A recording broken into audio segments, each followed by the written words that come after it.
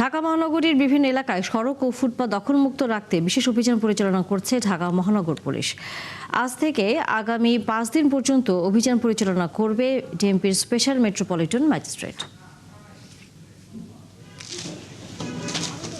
5 দিনের পরিকল্পিত উচ্ছেদ অভিযানের প্রথম দিনে মগবাজার ক্রসিং থেকে বাংলা মোটর, ফুলবাড়িয়া বাসস্ট্যান্ড থেকে বকশীবাজার হয়ে চানখারপুল, বংশাল ও নর্থ সাউথ রোড, নাইটেঙ্গেল মোড় থেকে Arambagh, Indira road, green road, Ananda cinema hall, Bashundhara ও কারওয়ান বাজার সহ 8টি এলাকায় অভিযান চালানো হয়েছে। অভিযানে ফুটপাত দখল করে গড়ে ওঠা চায়ের দোকান সহ বিভিন্ন অস্থায়ী দোকান উচ্ছেদ করা হয়। জব্দ করা মালামাল পিকআপে তুলে নেওয়া হয়। এছাড়া ফুটপাত দখল করে রাখা গাড়ির বিরুদ্ধে ভিডিও মামলা দেওয়া হয় এবং অনেক দখলদারকে জরিমানাও করা হয়। গণবিজ্ঞপ্তি দেওয়ার পরে আজকে আমাদের প্রথম অভিযান। আমরা আজকে এই যে আপনাদেরকে জানিয়ে আমরা অভিযানে আসছি, মানে আমরা সতর্ক করার জন্য আসছি। এরপরে আমরা গোপনে আসবো, অর্থাৎ অনেকে তো আজকে সরে গিয়েছে, আমরা তাদেরকে পাইনি। আমার কথা হচ্ছে যারা সরে গিয়েছে ওরা যেন আর ফেরত না আসে। যদি ফেরত আসে পরবর্তীতে আমরা কঠোর একটা অবস্থানে যাব।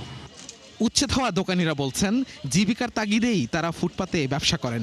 ফুটপাত তো বুঝি, সবই তো ফুটপাত। সব যদি ফুটপাতে আমরা কি করে খামো, কই যাবো, কই একটা প্রচেষ্টা তো থাকতে হবে আমাদের। আমরা যারা সাধারণ গরিব মানুষ আছি, ধরেন যারা রিক্সার ড্রাইভার, ওরা তো রিক্সাই চালাই খাইতে হইব। আমি জানি যে চামিচ গেল লাড়তে, আমি রিক্সা চালাম কেমনে।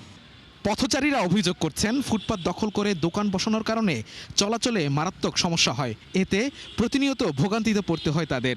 বাচ্চা নিয়ে যাই, চায়ের পানি পড়ে, ডিম পড়ে, শরীরে ফোচকা পড়ে, কিচ্ছু বলার নাই। মনে হয় এই ফুটপাতটা তাদেরকে না, আমরা যে বাচ্চাদের নিয়ে যাব এটার কোনো নিরাপত্তা নেই, শরীরে গরম পানি পড়ে।